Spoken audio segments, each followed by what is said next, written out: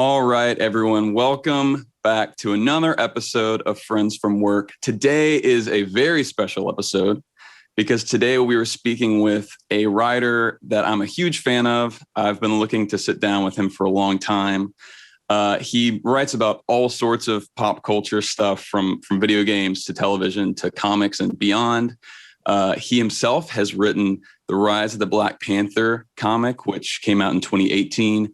And more recently, and especially exciting for my co-host here, the Spider-Man Miles Morales PS5 and PS4 game. So welcome to Friends from Work, Evan Narcisse. Thanks for having me, guys.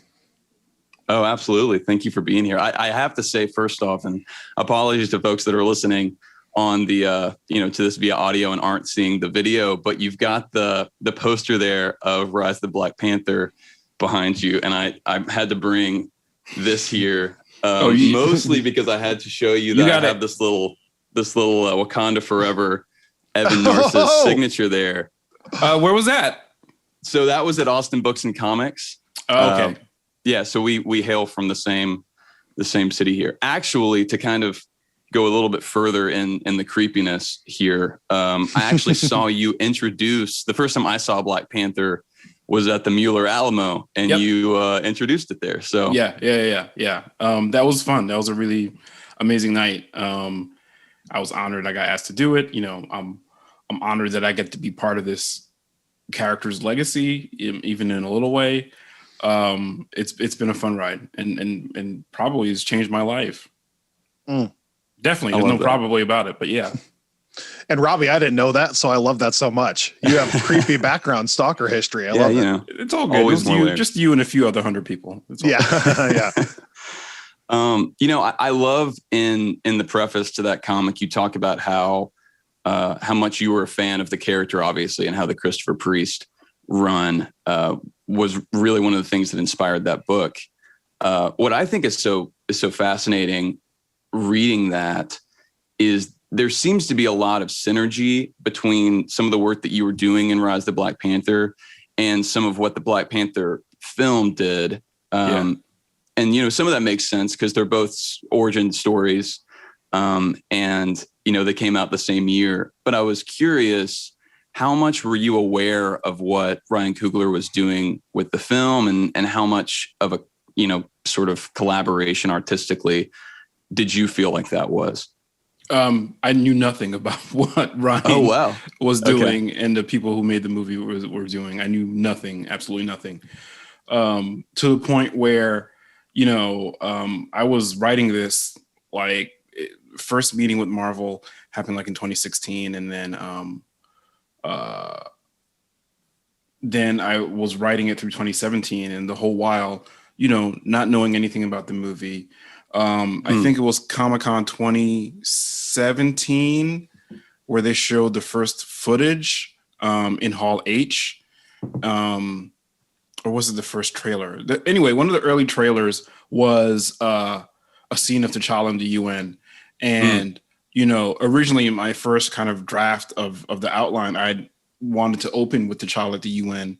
And I saw that trailer. I was like, I can't do that. People are going to think I'm just cribbing off the movie. So went back to the drawing board, kind of find a different way to kind of approach the same idea, which kind of culminates at the end of issue 3 of Rise of Black Panther. But I didn't know anything what they were doing. So, I'm lucky enough to get to go to the premiere of the movie in January of 2018. And I see the movie. I'm like, oh, we're not only were we both using Killmonger as the primary antagonist, it was a very similar take, which is that here's a Wakandan, kind of stranded by circumstance outside of the country of his birth, which he never really got to know. And, that framing psychologically puts him in a place where he feels like he wants to be the avatar of like a Wakandan supremacy. And he feels like they need to conquer the world, and he's the guy to do it, to help them, to lead them through that. I was shocked at how similar the takes were. But I think, like we can talk about like the zeitgeist or collective subconscious or whatever surrounding like the Black Panther mythos. But I think, like Joe Robert Cole, who co-wrote the screenplay with Ryan, I think, all our heads were probably in the same place, which is like, the Black Panther is a character that if you're a member of like the Black diaspora, you can use that character's mythology to investigate what it means to like, okay, only know parts of your history, like, and Killmonger is a great character to do that through. So I think that's why we wound up in the same place. But, to wrap up my very long answer to your question, I knew nothing, to the point where like, issue 3 of the series, like, is all about the Winter Soldier being deployed as a spy to try and infiltrate Wakanda. And, of course, Bucky shows up in the post-credit scene, and I didn't know that either. Oh, yeah. That's so wild. So, I think it's just a coincidence. Go ahead. Yeah. Yeah. I mean, that is crazy because I was reading it. I thought, well, surely he's working some of these elements in intentionally. Like the Bucky thing specifically. That's crazy. Yeah. So, I knew nothing about what the movie plan was. So, I'm happy that there is some synergy there, and I'm happy that the series works kind of as an introductory text that, also features a lot of the same characters from the movie. But I'm also happy that it stands alone as its own story, like, one of the things I really appreciated being able to do was to use all these toys, which at the time, you couldn't even imagine being in a Marvel movie. Right. So, I think I'm pretty sure, well, I definitely wrote it before the Fox merger. So, you couldn't even think about, Fox characters that Marvel characters that Fox had the rights to, like the Fantastic Four. You couldn't even, imagine them being in a Black Panther movie. Right. Right. But now you can. But I didn't have those same kind of limitations, with the Marvel Comics universe. So I was able to, adhere to the kind of classic version of T'Challa's first appearance, where he lures the Fantastic Four to Wakanda and whatnot. So I can I could use Namor, I could use all these other characters that were in the series. So I was really happy about that. So I'm glad that the two texts can talk to each other, but also have their own distinct textures that make them appealing in their own right. So yeah. Well, I think I was rereading it ahead of today, and you're right. It really does stand on its own, even within the comic mythos, in a way that I really appreciate. Because I think often whenever I've come to a Black Panther run, it always feels like I'm sort of missing something. It always feels like I'm dropping into the middle. Even as great as so many of them are, it feels like I often need to go online and do some research and kind of orient myself. And I thought that this in so many ways was the Black Panther story I had always wanted as a comic reader, like even as a fan of Ta-Nehisi's run. And I thought it was so interesting, I'm a big fan of Ta-Nehisi's run. I'm a big fan of what Hickman did with Black Panther and his Avengers. And I thought it was really interesting how you worked. You went back to some of the really classic stuff, even from the 60s, obviously, but then reworked in all these elements from these other great eras of the Black Panther so organically. I mean, that was part of my own personal mandate for myself. Marvel pretty much let me do what I want. Obviously, there was a desire to kind of center the characters that were going to be in the movie that I knew about. But that was always part of the plan for part of my plan personally. So I was always going to figure out Shuri, and I was always going to use Killmonger. But part of my own personal mandate to myself was, okay, you love this character. He's gone through all these wildly different iterations, right? You've got like the crazy, like science fiction heavy aspect of the Kirby run from the 70s. You've got the Lee and Kirby run from Fantastic Four, where he shows up, he's kind of sneaky, all the kind of establishing foundational ideas of the character. You've got Don McGregor, of course, that classic Jungle Action run, which was drawn a lot by Billy Graham, and some Rich Buckler in there too. But he turns T'Challa that's the first real focus on Wakanda's internal statecraft, right? Like how the politics work and what people inside the country think of him, and you know, it's the first place Killmonger shows up. So his T'Challa was very like compassionate and philosophical. You know, then you get like there's a Peter Milligan story from the 80s that I kind of sort of nodded at. You know, that's the first place where some of the other countries around Wakanda get focused on. And that's something that Ta-Nehisi later expanded on in his run. But, you know, so part of the goal with Rise was, all right, how can I make all these different things talk to each other and feel cohesive, right? You know, like there's the character of Jakara that Kirby created, and, you know, is sort of kind of villain of the month, right? You know, but he's T'Challa's half brother. I'm like, well, can I find a way to make this work? You know, like I knew one of the things I wanted to do in Rise of the Black Panther was tell a story about family, right? And that's always been a hallmark of Black Panther stories. Reginald Hudlin expanded his family in significant ways with his uncle Cyan, who was the regent, you know, and I used him in Rise. So like, how can I get all these different things to talk to each other and make it seem like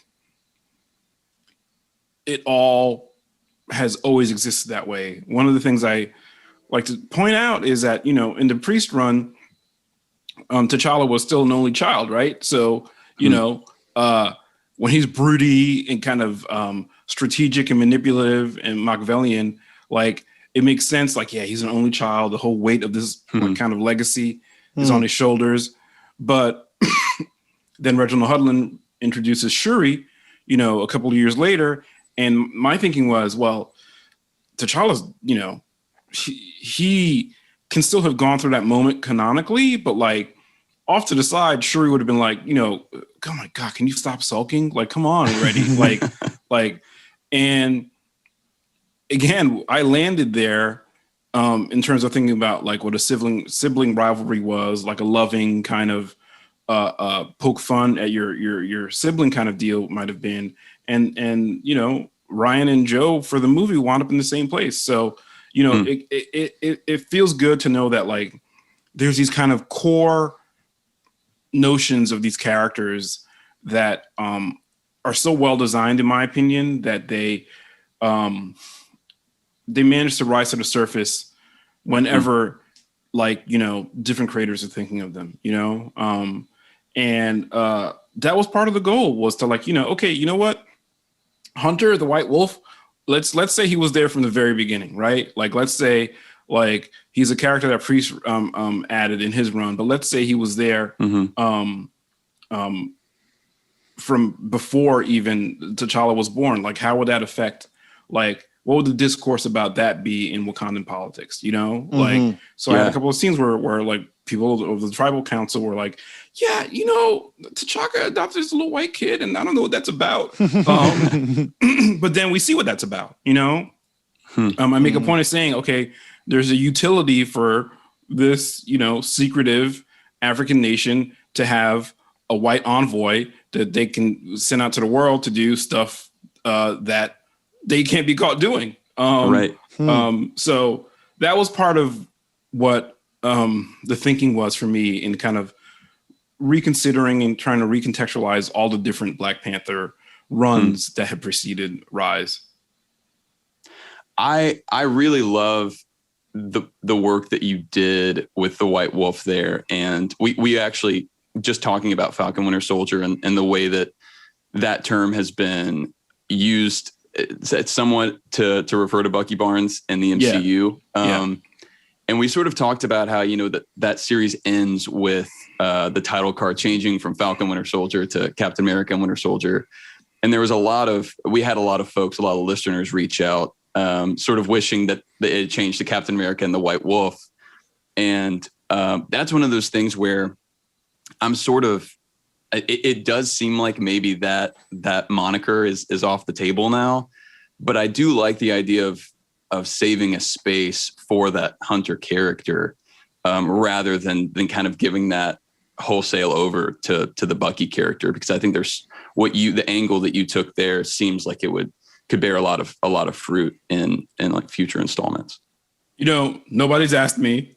I'm not like officially connected to the Marvel Cinematic Universe in any way. But, I watched the show and, I had similar thoughts probably to some of your listeners about that title. And, one of the places I landed was, this could be an inherited title, like this could be like, or it could be a nickname, like it's like, oh, okay.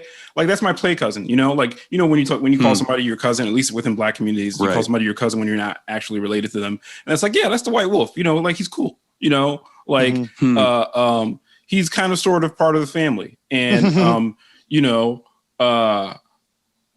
it could be as informal or as formal as, the folks making the decisions there want to make it, but I think, again, it's kind of a shorthand for like, okay, your inner circle, not all the way inner circle, not necessarily royal court inner circle, but like, you're cool. We vetted you, the whole fixing your mind and your arm thing. Like, so yeah, it just feels like a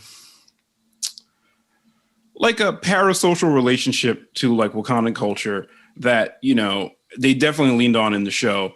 And I think you can use that nickname to communicate the idea that Bucky has a certain amount of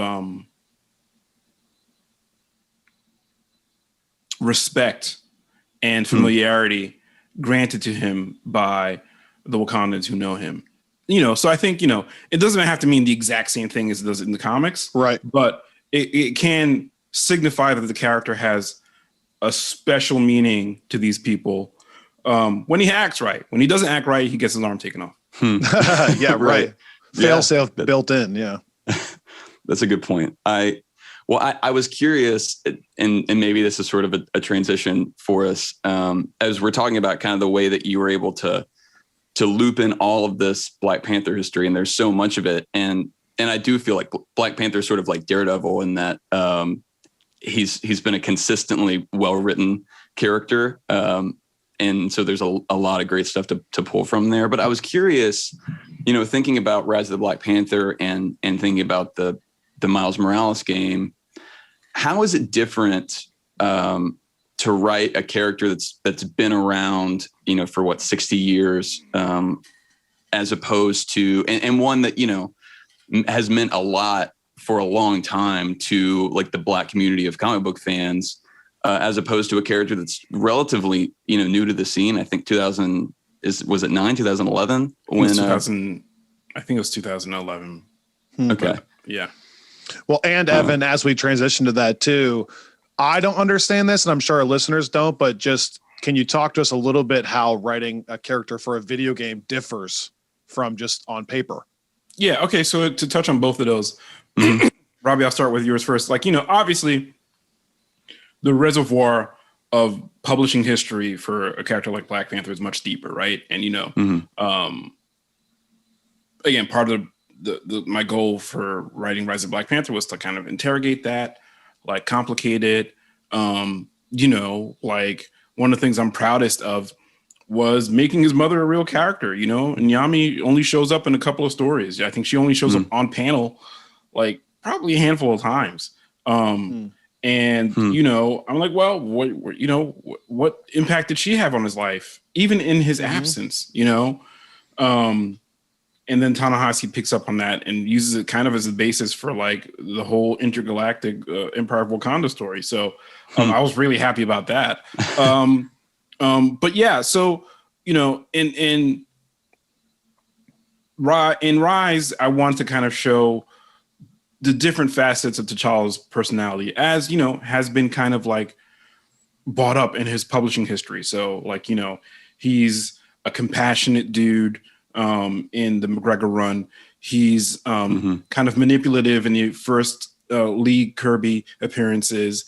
He's, goofy and adventurous in the Kirby stuff, and just show all those different parts of his personality. So, he's kind of talking shit when he's fighting Bucky and doing science experiments. Like, I'm like, yeah, like this to me, this fits. This is this is a character that can hold all these different interpretations. So contrast that with Miles, whose publishing history, is, I don't even think he's hit a 10-year anniversary yet. So there's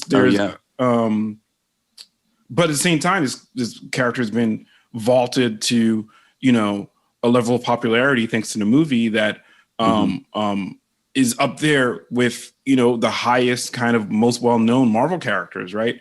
So, when we were working on the game, it was very much an opportunity to create a new iteration of the character, right? Which, leans on the publishing history, but also we can take things in a little different direction, right? Obviously, Insomniac did the Peter Parker game, and by virtue of that and the events of that game, spoiler alert, specifically with Miles's dad dying, it's going to be a different kind of tone, right? There's going to be more mournfulness, more grief, but also, moving him to a new neighborhood, you can tell a different story there. So, we were very conscious of the fact that, the movie catapulted Miles to a level of popularity and recognition that, a lot of characters don't reach. And that the game was going to be the second entry, kind of like the second major kind of adaptation for people who don't read the comics to encounter this character, right? So, obviously we didn't want to repeat, the work that Chris Miller and Phil Lord had done.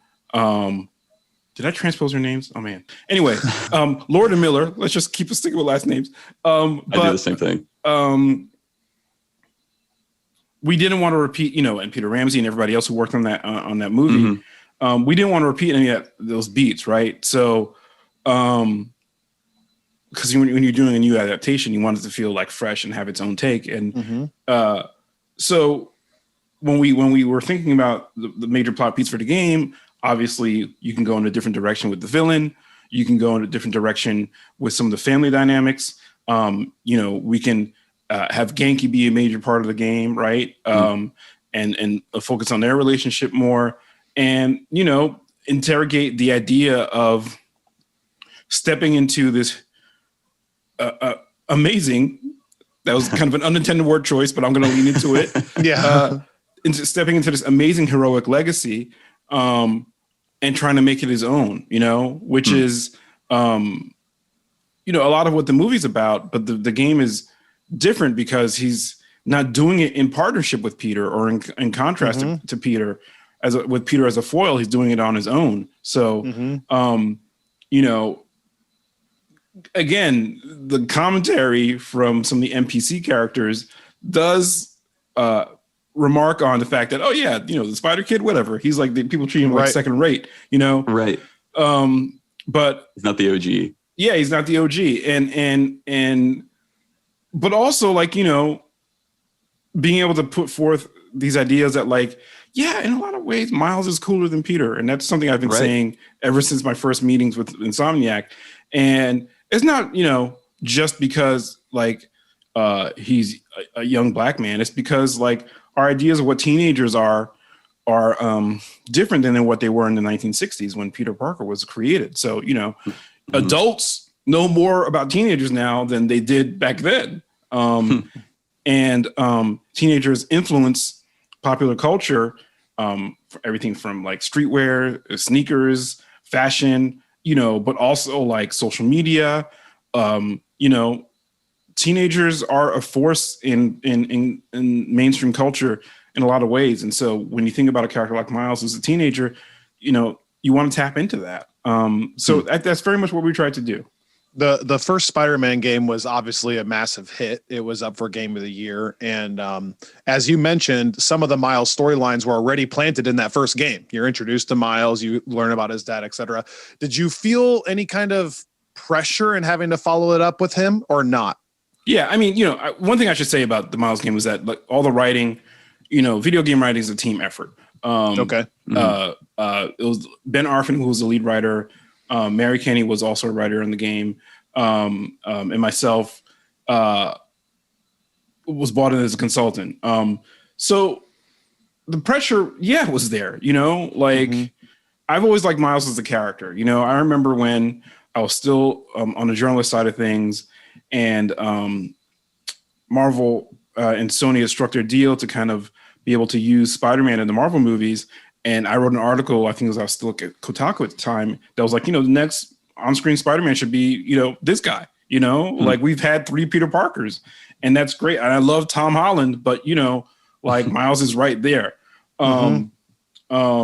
So yeah, all that to say is like, yes, we're aware of the pressure, and what most people like think about when they hear Spider-Man, they think about Peter first. You can't run away from that reality, but like Miles has his own branch of, again, that heroic legacy now that is different and has a different energy to Peter. So yeah, we were aware of the pressure, and I think one of the things that's, our proudest accomplishment with the Miles game is like, there's that nickname for Peter, like friendly neighborhood Spider-Man, right? But, I can only speak as a kid who was growing up reading Spider-Man comics. It never felt like Peter was from Queens. It felt like Peter was from Manhattan, like, that's where all his adventures took place, and granted, if you know anything about Queens, it's not the best place for web swinging, right? Only small sections with skyscrapers and less hustle and bustle, less banks to rob, or less banks to stop from being robbed. Let's not get all Jameson up in here. So one of the things I feel like we're most proud of what happened with Miles was that like he felt connected to his neighborhood, Yes, and you made it Harlem focused. That was so good. And that was one of the things we wanted to do almost from the outset, was like, okay, not only is he having to step into like the varsity squad of superheroing, right? He also has to figure out, this is part of the whole part of the city, which I don't really know that well, but now I have to figure out how to call home, and they're skeptical about him. And figuring out, okay, how do you create a sense of belonging for this character in this place? So all that to say, yes, the pressure was very felt and very, very much, a motivator and a component of the energy, the creative energy that we tried to bring to the game. Well, you guys delivered, first of all, and this is not really a question, but just because I don't get this opportunity very often, let me just shower you and your team with praise for a second. We both loved the game, but all the things you said, I was going to bring up. I love that you made it neighborhood focused. I love that you brought his mother into the fold. But I think in general, Robbie and I both loved that you and the entire team made him feel different than Peter in how he played, even how he swings is more loose. It's freer. Yeah. Like you brought up the neighborhood focus, like the very first scene when you start the game is he walks up the subway into his neighborhood and he's interacting with all his friends, and like you guys delivered on all that stuff. So I loved it. I love how different you made him feel, and you made it somehow be able to coexist with Peter Parker when it already had that pressure of Peter Parker kind of owning that whole space. So congrats. Thank you. It's funny that you mentioned that first scene. A friend of mine just started playing the game, and they were like, "Oh my God, that scene! It's so cool." And like it's very much like one of the things I miss about New York City. I was born and raised there. I've lived in Austin for the last couple of years now, and there's a part of growing up in New York City where you get on the subway, and you have the directions. Somebody tells you, okay, when you get out of this stop, you're going to make a left or you're going to go to the street, whatever. But you get up, you walk up those stairs, and you're a new part of this living, breathing ecosystem that you've never explored before. So like when Miles comes up out of the subway, you're looking around. I remember being a teenager, even into college, being like, okay, when I first really got let loose to move around the city by myself, as nervous as my mom was, like, it was like, wow, I'm in Harlem now. I remember the first time I went to Harlem, like I was in by myself. I was in college, and my mom had a friend of hers who was going to Haiti, and she was like, okay, I want you to take this thing to my friends so they can, bring it back to some people back home. And I was like, oh, I'll never forget my first time like walking across Morningside Park and being like, and then like walking past Columbia University. It's like, oh, I've never been here. There's like a whole history and neighborhood vibe and culture that I, had only really read about, maybe even. And like, you're like, oh wow, this is where like James Baldwin lived. This is where jazz was created, or at least bebop. It's all that stuff is just a train stop away, and being a teenager and having the agency to explore that stuff in New York City is an amazing experience, and helped make me who I am. And like, yes, I wanted us to get some of that in the game, and I think I'm happy with how we executed, and a lot of other people are, but that was part of it, East Harlem specifically has a super intense vibe. It's like a great epicenter of cultural exchange, people from, Latinx Caribbean communities and Black Caribbean communities, and even African continental communities are up there. Like Harlem is just like this epicenter for like so much of like the cultural and artistic energy of New York City. So like we want to reflect that too. And of course it's like Marvel Games universe. I don't even know if that's the term they're actually using. Sorry, Bill and Eric. But but it's a heightened version. It's a fictional version, right? But like that just gives it more opportunity to like make it like big and metaphorical and bold. Like there's not a mural on every street in real world Harlem, but we can sure as hell put one in fictional Insomniac Games Harlem. And that makes it feel like, again, a real love letter to the cultures that actually exist there. So, that's what we want to do. Well, and just to add, I loved it so much because Harlem, as you know, in the first game is kind of the left out area. Like you don't go there that often. And so there was like the tombstone missions are the only things that kind of happen specifically in that neighborhood. Yep. And so there was this space. And then for you guys to give it the color, and you talked about jazz, like to have Uncle Aaron have the music background with his dialogue about his dad, and and the little music memos, and then I think another underrated thing is that this is the first game I can remember that didn't have cutscenes. Like the whole thing flows. There's no loading screens, is what I mean by that. And so maybe that doesn't affect you as a writer, but what ends up coming out is a really smooth story, even from, like we said, the way he walks out of the first subway into the first village, but even the way he comes out of his house and gets into his Spider-Man outfit is so smooth, right into the music, right into so you just feel so immersed in Harlem and Miles as a character. Yeah. I mean, like Spider-Man adjacent characters, spider heroes, for lack of a better term, they want movement and action, and, they want to feel like connected to like the energy of their spaces. Right.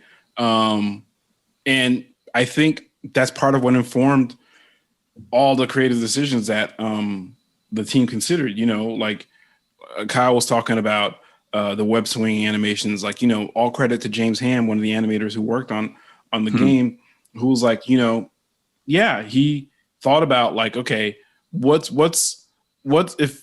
if this young kid got superpowers and has been learning how to swing throughout the city, like how does that become a mode of personal expression for him, right? You think about like, something like skateboarding, right? Professional skateboarding, like the tricks certain skateboarders use like differ according to their personality, right? Like, so, somebody's going to do more kick flips. Somebody's going to do more grabs, somebody's going to be better at vert or grinding rails, like they don't all try to do the same things. They all be like, okay, what is it within my skill set and capability to do? And they do that. And we thought about web swinging in Miles the same way. And James certainly did. I can't take any credit for that. That's him and the animation team. That is one of the things that I immediately noticed. And yeah, Kyle and I have talked about that a good bit. I think the way that not just the way that you put a stamp on Miles and the way that he feels and the way that he talks, that's, in line, I think, with with his earliest iterations, but also evolving in some interesting and I think some positive ways. You also did some really interesting work again with kind of the not just Miles mythos, but Spider-Man mythos in general. Like I thought it was really interesting, sort of taking the Tinkerer and using that character in such a way that I don't think there's any real precedent for. Yeah, thinking about the Tinkerer and like, again, one of I think the great successes of the preceding Spider-Man game with Peter was like reimagining these characters' relationships to each other, So like the whole time you're playing that first Spider-Man game, you're like, okay, Otto Octavius, I know what's going to happen. Is it actually going to happen? And that tension of the new interpretation is found mostly in them being friends, the mentor relationship, like you can even say like avuncular or paternal, like he's like an uncle or surrogate father to Peter.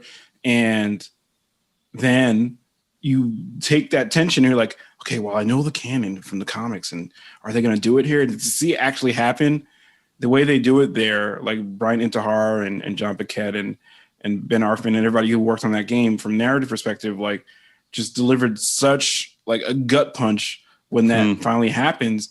And like, which not to say there's a template that we followed from Miles, but it's like, okay, well, we wanted this game to be about family in a way that you really can't do with Peter, because again, all Peter really has is Aunt May. And, you have grief that's a lot more fresh for Miles. You have his mother trying to kind of reconfigure her life in response to that loss and that grief. And you have him moving to a new neighborhood. Okay, so what if somebody shows up in his life that hasn't been around, and what if she's had her own grief to deal with and it's taken her in a different direction? So, while there is like that kind of like close familial similarity between like Miles and Finn and Peter and Otto, like it's different because we see them going from different directions after suffering their own traumas. So, and the fact that the Tinkerer is a character that's relatively obscure and, most people only know, if they knew the character at all, it was like this old dude who's a kind of a riff on the mad scientist trope from the old comics. Completely turned that on its ear, and again, that's, all credit to the other folks who worked on the game, like Ben and Mary and Brian Horton, the creative director. And when I came in, it was like, all right, well, what do you do when you're kids growing up together? Like you go to school together, you do science fairs, you do little projects, you run around, get in trouble. Like people around the neighborhood know you, especially if you're like smart or, one of the ideas that's kind of implicit in the collectible side quest is like, these kids were like mini celebrities, right? Because they're clearly geniuses, and they were making rocket powered skates, which was, a nod at Rocket Racer, a classic Spider-Man villain, and other stuff. Like they share that bond by virtue of being, these young, ambitious, smart kids who like seemingly have the world just waiting for them to kind of enter into it. But when they do enter into the world, it's, under the cloud of grief and loss and figuring out what to do with that. They come of age in some very challenging ways. And, I feel like what's incredible about that is how in a relatively short game, compared to when you look at games like The Last of Us or something that are kind of emotional and a good bit longer, you delivered such a kind of emotional gut punch. And immediately, I mean, the reason I bring up the Tinkerer is, like I said, kind of invented a whole new take on a character that now I really cared about and, really hit home in an unsettling, but really like true to a Spider-Man way, in the way that like where that leaves Miles and kind of the I think what he's left considering, in the aftermath of her choice there at the end. And I thought it was, just in general to echo Kyle and shower you with praise. Both of these works, I've really enjoyed, and I do want folks that are listening that haven't gotten to check out Rise of the Black Panther or the Miles Morales game to do so. And we'll talk more about that in the coming weeks. I wanted to take one moment before we let you go and see, is there anything you're working on right now that you can tell us about? Anything you're excited about? Yeah. Twitter is my handle is fnarc, at EVNARC.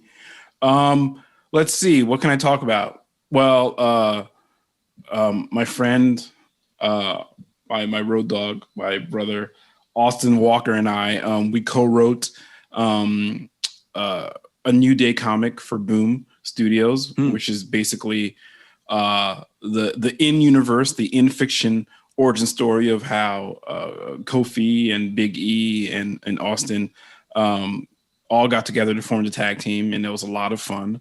Oh wow! It's so like close to my heart, like figuring out that story and riffing on it and working on it with Austin. I have to say his last name Walker, so people don't think I mean Creed. But yeah, figuring that out was so much fun. So that comes out in July. You'll be able to find that wherever you buy your comics, digitally or in a store. Please support your local comic book stores, by the way. Mm-hmm.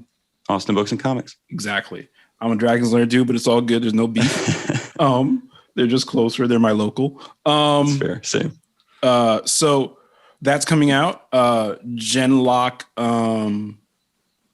season 2. There's just a little bit of a teaser that just hit. Genlock, for those who don't know, is a science fiction mecha series from Rooster Teeth. I was a consultant on the first season and a full staff writer on season 2. And there's a little bit of a teaser that just dropped. Michael B. Jordan voices the main character of Julian Chase. It's got a great cast that includes Maisie Williams, David Tennant. Who am I forgetting? Other people I can't even remember right now. Miles Luna's up in there. What up, Miles? Yeah, and season 2 is coming soon. I don't know the exact date, so don't at me. But it's going to be incredible. We told a story that I think is really ambitious. So, we really try to think about, okay, there's a war where giant robots are fighting. And what does it mean when this technology kind of proliferates? What does it mean politically when the world is in the churn of such intense change by virtue of technological developments? How does that change the capabilities, rather the possibilities for like human cognition? And that's probably all I should say. But that's coming soon. I don't know when, don't ask me, but wow, there's a little bit of a teaser. What a tease. There's a little bit of a teaser that Michael B. Jordan posted on his Instagram account. And people seem to like it there. So yeah, so that's what I have coming out. A bunch of other stuff I can't talk about. Some things that might be announced soon, but I am very busy right now. Well, yeah, no, that's awesome. It's fun to for us to have stuff to be looking forward to then.